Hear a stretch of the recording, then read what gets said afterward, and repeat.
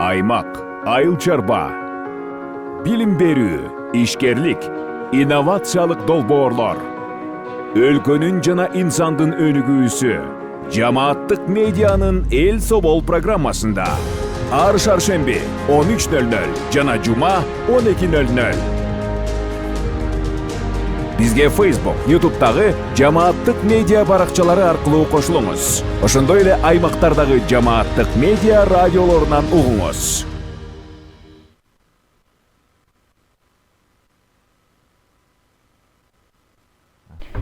Кутман күнүңүз менен көрөрман жана угарман, жамааттык медиа студиясында Эл Собол программасы өз эфирин баштайт. Бул жолу биз жашыл энергетика бизнеси, андагы кыйынчылыктар жана перспективалар боюнча сүйлөшөбүз. Эфирди мен Айгерим Кубатбекова алып баруудамын. Бүгүн биздин студиянын мейманы ишкер Bridges Mountain View Resort жана туристтан мейманканалар тармагынын негиздөөчүсү Мирбек Асангариев. Кутман күнүңүз менен студияга кош келиңиз. Белгилей кетсек, бул эфирди Исур коомдук фонду демилгелеп жана колдоого алып жатат. Сизге убактыңызды бөлүп, өзүңүздүн тажрыйбаңыз менен бөлүшүп бергениңизге ыраазычылык билдиребиз. Анан алгач эле айтып берсеңиз, ошо сиздин бизнесиңиздеги энергияны кайра жаралуучу булактардын кайсы технологияларды колдонуп жатасыздар? Негизи бул баягы жашыл же болбосо баягы жылуулукту сактаган, жылуулукту энергияны чыгарып бере турган технология комплекстүү караса болот да. Муну биз Bridges мейманканасы, бул өзү Баканбаева кала Киевада. Ошо 7 этаж имарат, 32 номер. Анан бул жерде ошол жерде күн панелдерин колдонгонбуз да. Күн панелдери бул өзүлөрү Чехиядан чыккан. Анан толук баягы керектөөчү сууну биринчи аныктап, санап чыгып инженерлер, анан ошонун көлөмүнө жараша, колдоно турган көлөмүнө жараша ошол канча күн панель керек экенин ошол технология санап беришкен да убагындачы. Бул 2017 жылы биз колдонгон, ошондо биринчилерден болуп. Бул өзү ошо мейманканада ысык суу көп колдонулат да. Андан тышкары ресторан бар, кухнясы бар. Ал жерге дагы ысык суу көп керек да. Анан бул биз өзүбүз ТЭЦке кошулган эмеспиз. Аяктан ысык суу албайбыз. Өзүбүз ысык сууну өзүбүз ошо күн панель аркылуу ысытып алабыз да. Анан баягы кышкы күндөрү, күн жок болуп калган күндөрү атайын ошо газовый котел менен, дополнительно газ менен, анан дагы кошумча дагы тендер бар, тен менен дагы ошо кошумча жылытып койсо болот да.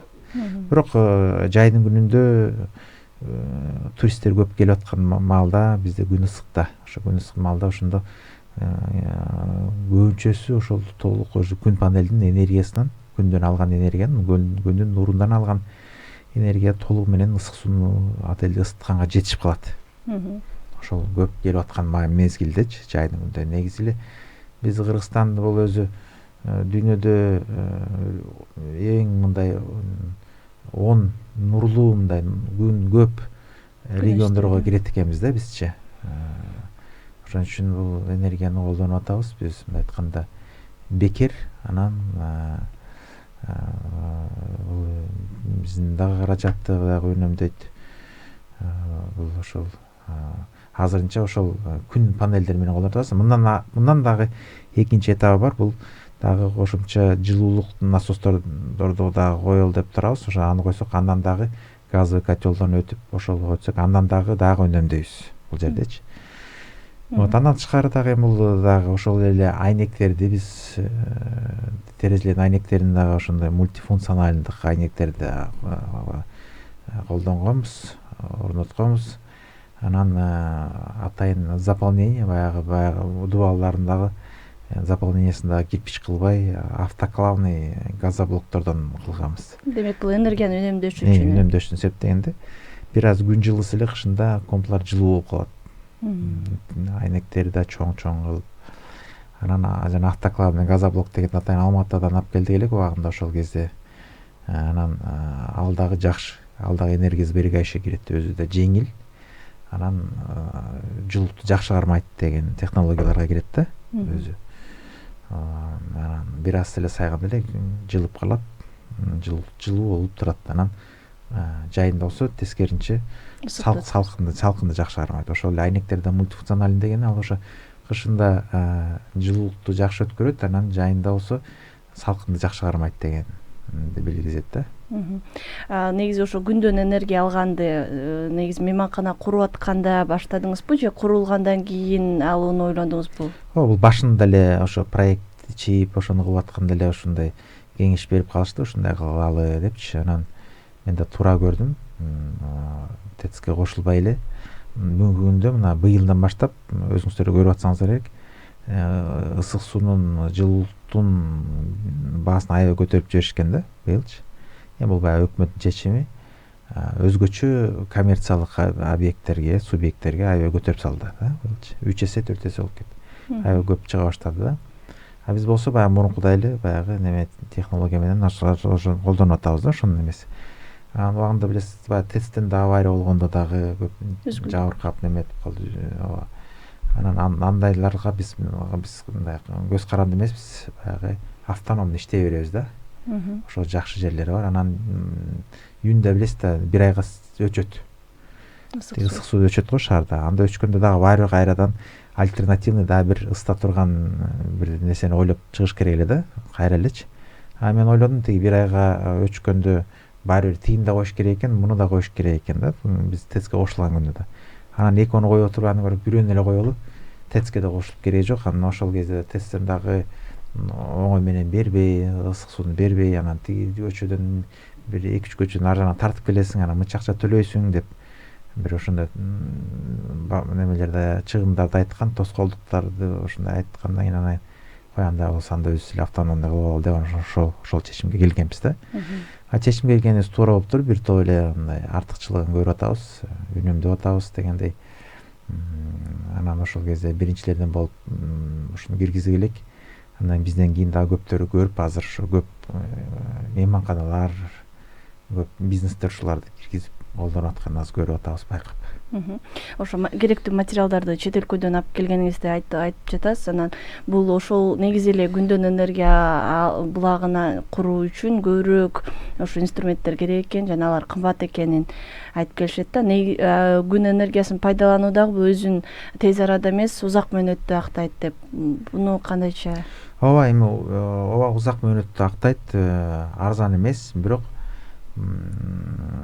узак мөөнөттө негизи баары бир деле кайсы бир иш бизнес болбосун, баары бир ал 5 жыл, 6 жыл барып актайт да. Кандай бизнес болсо деле, бул деле ошондой эле. Анан бир коесуң, бирок күнүмдүк, айлык операционный чыгымдарың азыраак болот баары бирчи. Ошол өзүнүн артыкчылыгы бар да. Бул өзү 25 жыл технология иштейт дейт. Биз уже 8 жыл болуп калды иштеп атканы, жакшы бир да бузулбай иштеп атат. Бул эми баягы баары бир ошончолук чыгымды жасап аткандан кийин буга да барып койсо болот.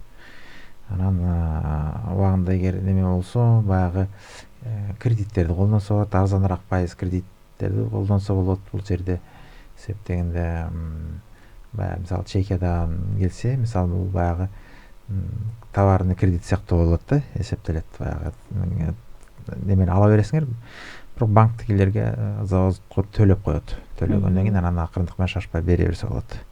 Бул кредиттичи пайызы да арзаныраак болот бул жерде. Анын да жолдору бар. Пайызын арзаныраак кылып бул технологияны колдонсо болот.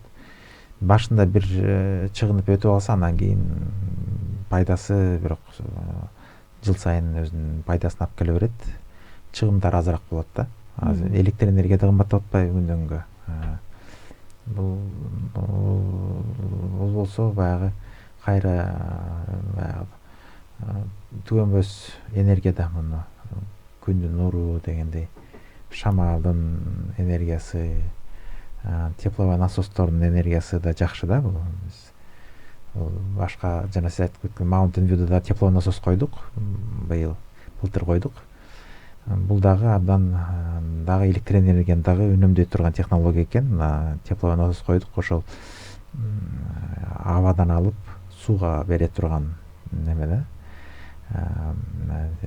Ысык баягы жылуулукту кышында берип, анан салкынды дагы берет.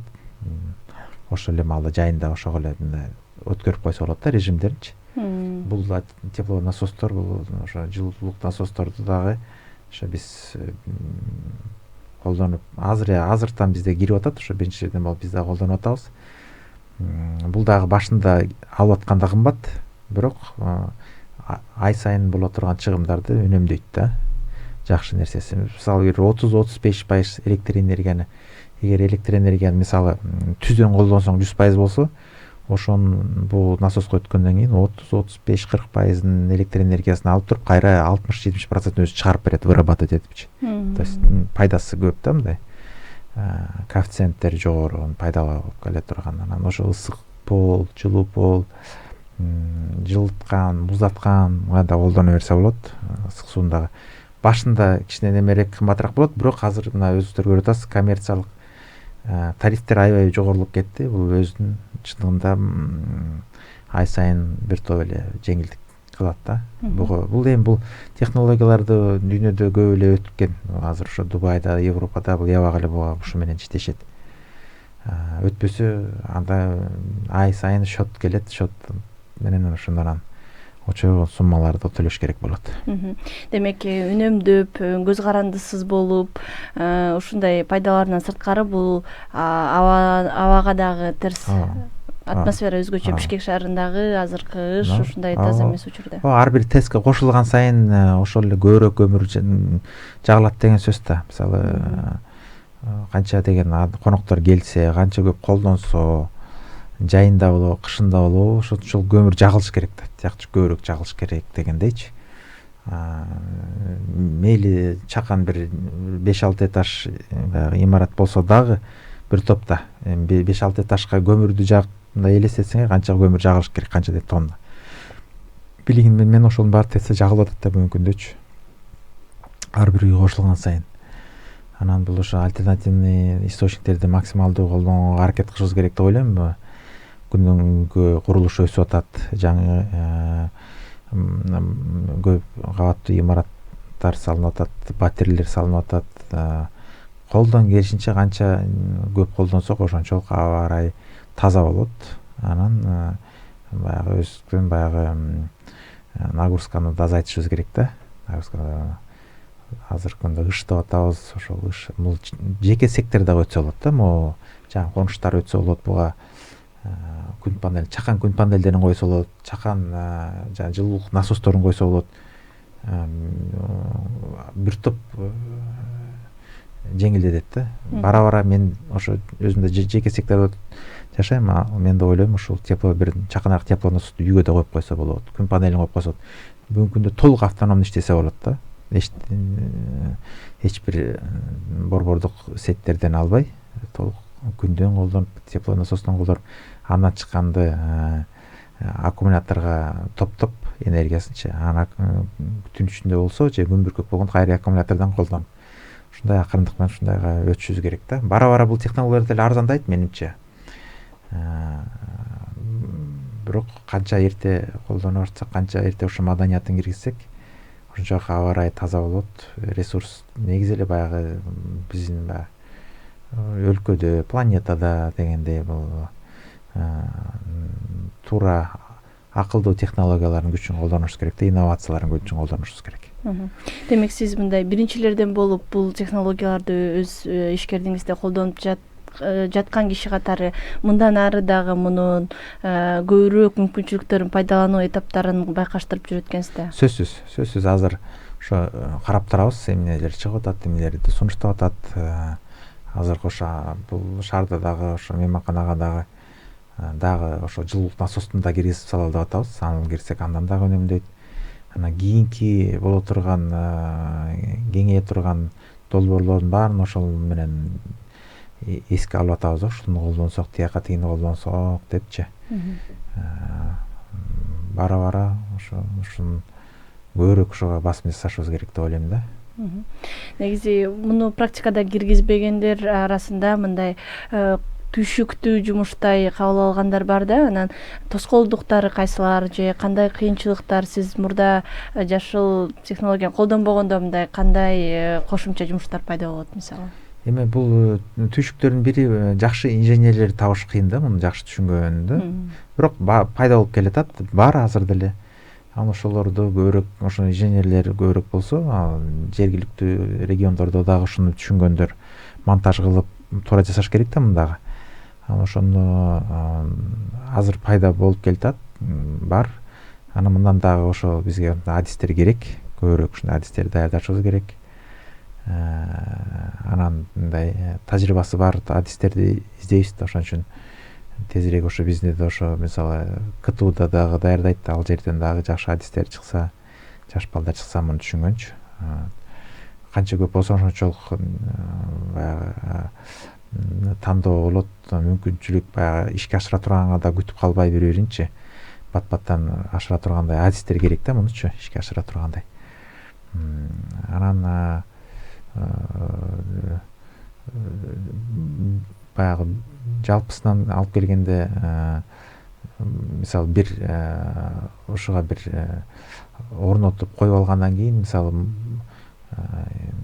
бир 5 жыл 6 жылдан кийин өзүн актайт деп коелу. Анан актагандан кийин бул эми баягы такай иштеп бере турган жабдуулар болуп атпайбы? Андан кийин буга кете турган чыгымдарды мисалы кайрадан өзүнүн бизнесине өзүнө реинвестиция кылса дагы жакшы да.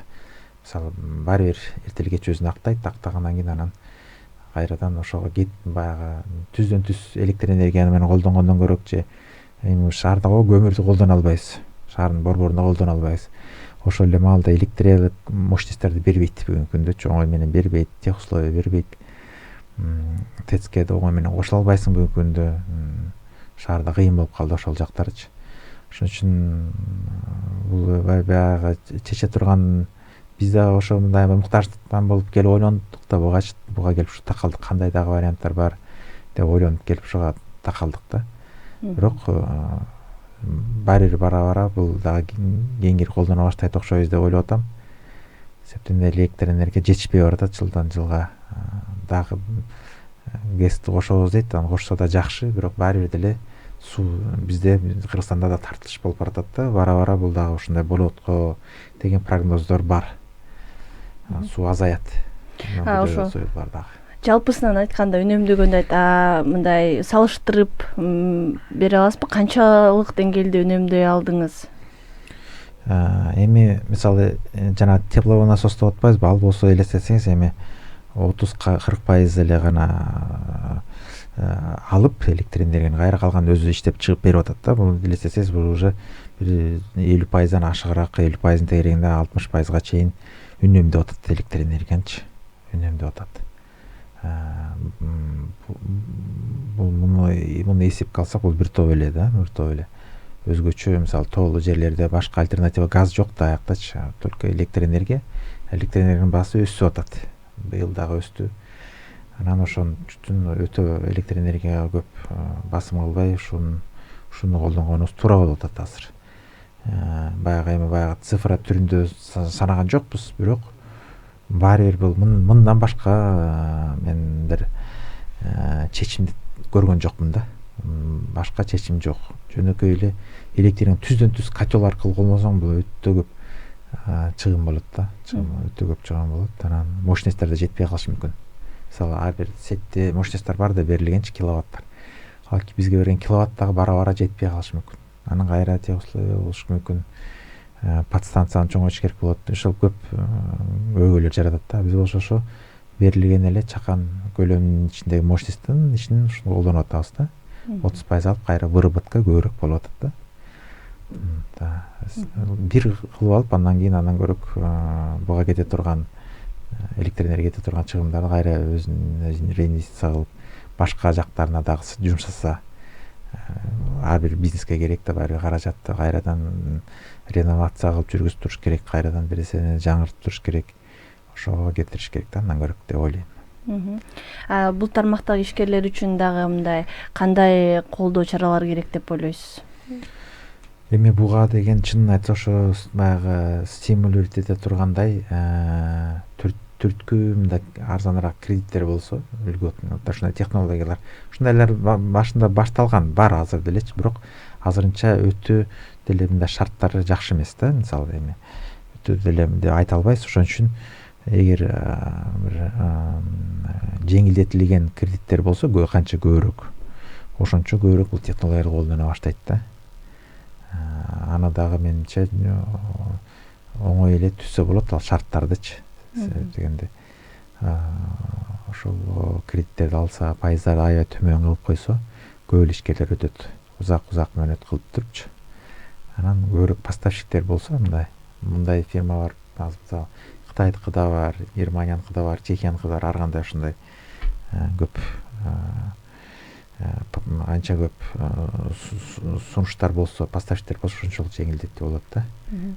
Башындагы сиз ошо пландоодон баштаганда алардын эсептеп чыкканы, мисалы кайсыл батареяны каяка коюш керек, ушул баарын эсептөө мындай Кыргызстандагы эле эксперттер менен болгонбу? Ооба. Бирок алар ошо чектер менен байланышы бар эле, ал жакка жөнөтүп башында алар санап берип ушинтип үйрөнүштү да.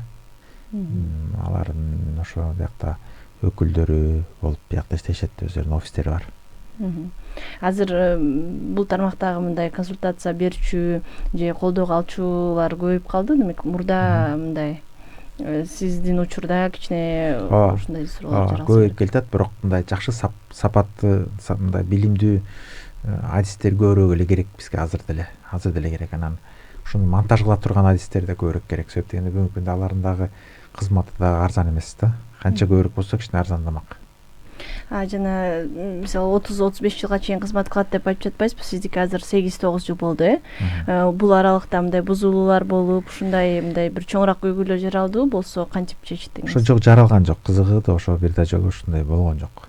Бул өзү мындай смарт контроль деп коет экен, баягы телефон менен эле тиги карап турса болот экен да, кандай система иштеп атат, канча жылуулукту, канча температурада берип атканын. Керек болсо завод өзү да карап коет экен, тиги жактан элечи интернетке кошулат экен бул өзү.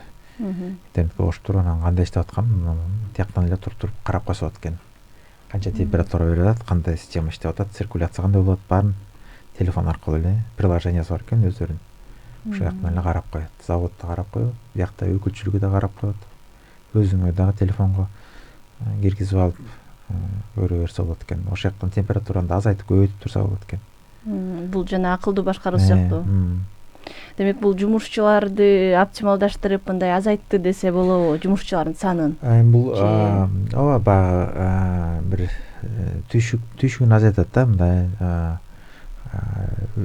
карап көзөмөлдөп, контролдоп койсо болот да. Аны күндө карап немете бербейчи, телефон менен элечи. Дегенде профилактикасын дагы мисалы кандай жүрүп атат, профилактика кылыш керекпи, кылбаш керекпи дагы иштеп атканын эле ошо телефон аркылуу эле карап койсо болот да. Ушул сиздин ишкердикте мындай жергиликтүү коомчулукка кандай социалдык, экономикалык мындай таасирин тийгизет деп ойлойсуз? Жергиликтүү коомчулукка эмес, башка жарандарга дегенде. Эми биринчиден менимче бул жакшы үлгү деп мен аз жасап атканды ошо көп эле ишкерлер келип тыңшап, угуп, көрүп, сурап кетишет. Баарын көргөзүп коебуз, кандай болуп атканын. Алар дагы ошого дагы мындай жугуп атат, башкаларга дагы, ишкерлер дагы ошого өтсө болот экен деп. Ошо мен билем, ошо биздин үлгүнү көрүп, башкалар жасаганын мындай мисалларды билем да. Ошо биздин ошо жолду улантып ушинтип атайын ушулар менен жасайлы деп жасагандарын билем.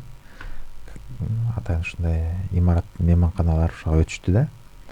Билем. Анан менимче бул биринчилерден болгондуктан кийин баягы жакшы тажрыйбабыз менен ар дайым ачык болуп бөлүшүп берип келе жатабыз да, айтып берип, ушундай сизге окшоп чакырат. Анан 1-2 ошондой жана хорика тармагында өткөргөн, жайзет өткөргөн конкурстар болгон, анан бизге ушу сыйлыктарды беришкен, ушундай жашыл технологияларды биринчи өттүңөр депчи.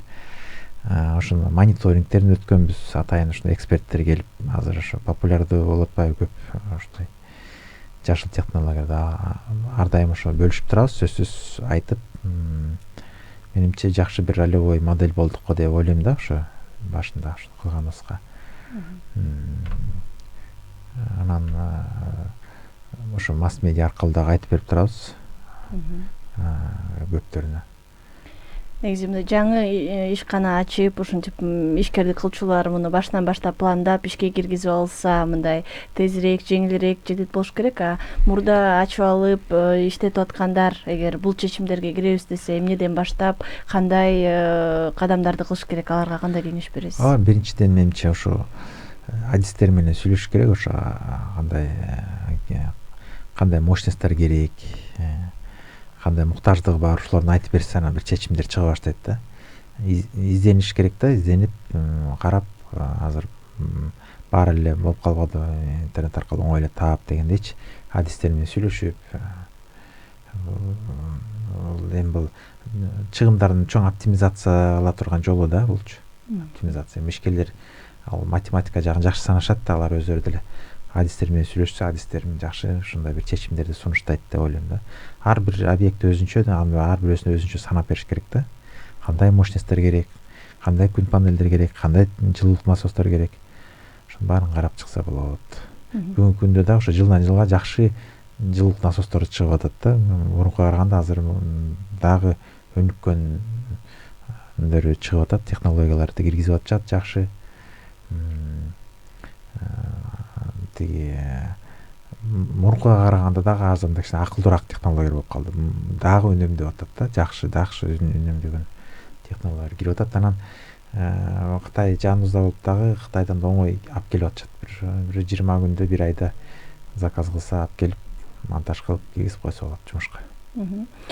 Ушул чечимдерди ишке киргизип атканда мындай каталарды кетирбеш үчүн кандай жагдайларды эске ала жүрүш керек ишкерлер? Ар бирин көзүнчө деп айтып жатпайсызбы? Чын эле ал жайгашкан жерине жараша, дагы башка өзүнүн бир өзгөчөлүктөрүнө жараша өзгөрүшү мүмкүн да, бирок ошондо деле бир эске алчу жагдайлар барбы? Бул баягы эми немеге жараша адистер так айтат го дейм, маалыматтычы объектти карап туруп, анан ошо жакшы адистер болсо так маалымат берет. Анан өзүнүн баягы техникасы бар, безопасности, анан өзүнүн эрежелери, ошого ылайык колдонуш керек да. Бул нерсеничи анан үйдүбөй, муздатбай, баягы өзүнүн шарттары бар, ошого ылайык айткандагыдай жасаса жакшы иштеп берет го деп ойлойм. Мисалы азыр деле бүгүнкү кыштын күндө биздин ошо насосторубуз иштеп атат, жакшы иштеп атат, жакшы жылуулукту берип атат. Ошо көрүп мындай ыраазы болуп калабыз да, жакшы иштеп атат депчи. Берген жылуулугу жакшы да. Анан электр энергия жагында үнөмдөп атат, көрүп атабыз аны. Сиз мындай үлгү катары көрүп мындай кадамдарга барып аткандарды айтып атасыз, бирок ошентсе деле бизде азыр зарылчылык турса дагы ар кайсыл жактан кысымдар пайда болуп калды да. Ошентсе дагы бул энергияны колдонбогондор басымдуу болуп калат да. Кандай ойлойсуз мындай булга тартыш үчүн, жалпы адамдарды, көбүрөөк адамдарды тартыш үчүн эмнелер керек делет деп ойлойсуз? Сизге окшоп азыр ушундай передачаларды өткөзүп, ооларды көбүрөөк репортаждар жасап, ушундай кызыгуу болсо, ушуну көбүрөөк айтып турса, адамдар түшүнө баштайт, жасаса болот экен деп. Ошол адистерди дагы мындай ошо наглядно алып барып көргөзүп, ошол жерденчи ошондой алып, бул мындай иштейт деп көбүрөөк чыгарып турса, ойлойм бат эле жайылат го бизде, бат эле жайылат. Анан көптөрү дагы өтө кымбат экен деп да ойлогондор болушу мүмкүн. Анан ошол жагында маалымат бериш керек да. Көп нерсе баягы маалымат жетишпегендиктен болот да. Билбейт да каяка караш керек экенди. Анан мен жана айткандай, мындай арзаныраак кредиттерди атайын ушундай программалар көбүрөөк болсо, бул дагы чоң стимул да, ошого өтө тургангачы. Ишкерлерге өтө тургандай. Бүгүнкү күндө жердин баарында эле салынып атпайбы? Мисалы, мончолор салынып атат, спа центрлар салынып атат. Мунун баарына бул нерсе керек да, бул технологиялар баарына керек. Көлдөгүлөргө да керек, пансионаттар салынып атат. Ошо алар негизи эле жайдын күнү иштейт да. Жайдын күнү иштеген как раз ошо күн панелдери жакшы жардам бермек. Көбүрөөк маалымат бериш керек, стимулдарды, жолдорун да ойлоп табыш керек. Анан жанагындай ал технологияларды киргизгенде дагы аларга дагы таможенный тарифтерди албаш керек, бошотуш керек да. Мисалы, атайын алып келип атсаң ошондой. Менин билишимче жеңилдеткен баягы немелер, тарифтер бар. Бирок ошончо дагы ошолдорду көзөмөлгө алып, бир сыйра карап коюш керек. колдон келсе толук 100% алып сатыш керек да, таможенный пошлиналарды растаможка болбош керек толук. Канчалык жеңилдетүү болсо ошол көп келет да Кыргызстангачы. Чоң рахмат, бизге бөлүнгөн убакыт соңуна чыгып калды.